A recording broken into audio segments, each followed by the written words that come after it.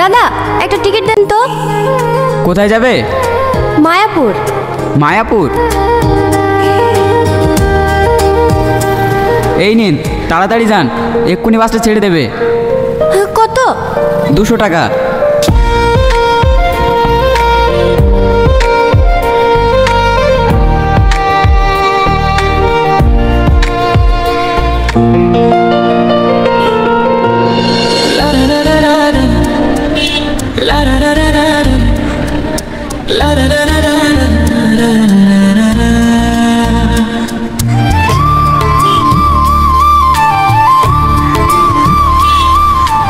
আপনার ব্যাগটা সরান। হ্যাঁ হ্যাঁ নিশ্চয়ই।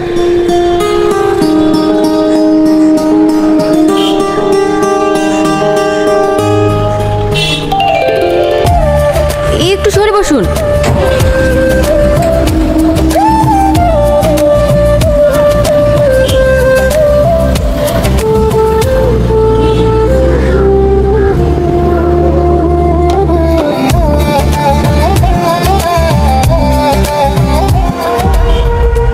আপনার আমার দিকে এভাবে ভ্যালভ্যাল করে তাকাচ্ছেন কেন?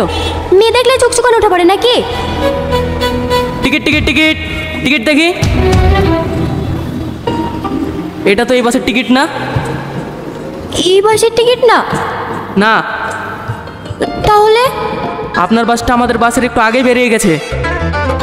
এই সিটটা ওনার, উনি 2টো সিটই বুক করেছে।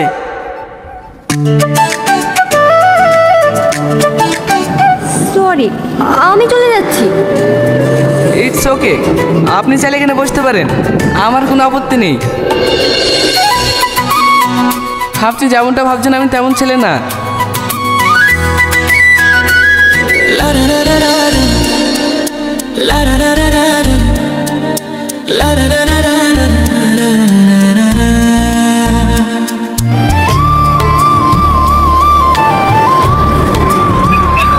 কোথায় যাবেন আপনি?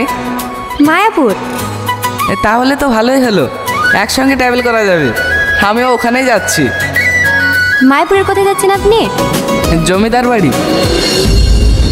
জমিদার বাড়ি? কি হলো, জমিদার বাড়ির নাম শুনে হঠাৎ দাঁড়িয়ে গেলেন যে? ভয় পান নাকি? না না, ভয় পাই না। বড় সাহেবকে আমি অনেক শ্রদ্ধা করি।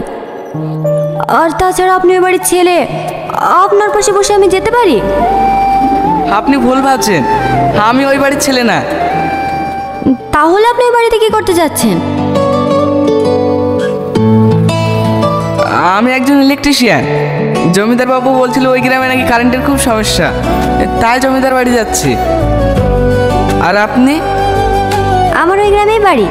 আমি কলকাতায় পড়াশোনা করি। আমার পড়াশোনার যত খরচ সব জমিদার বাবুই দেয়।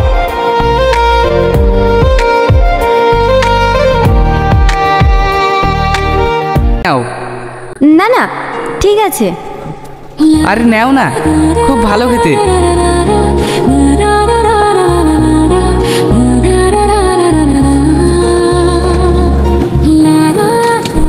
মায়াপুর মায়াপুর মায়াপুর, নামুন নামুন নামুন।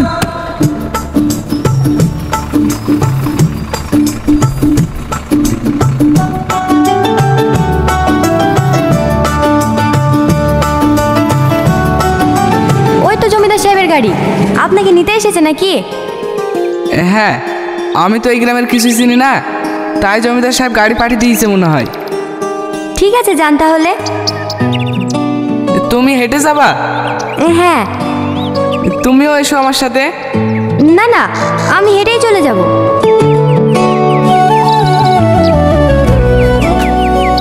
কি গুরু, এসে শুরু? আরে ওসব কিছুই না, চ।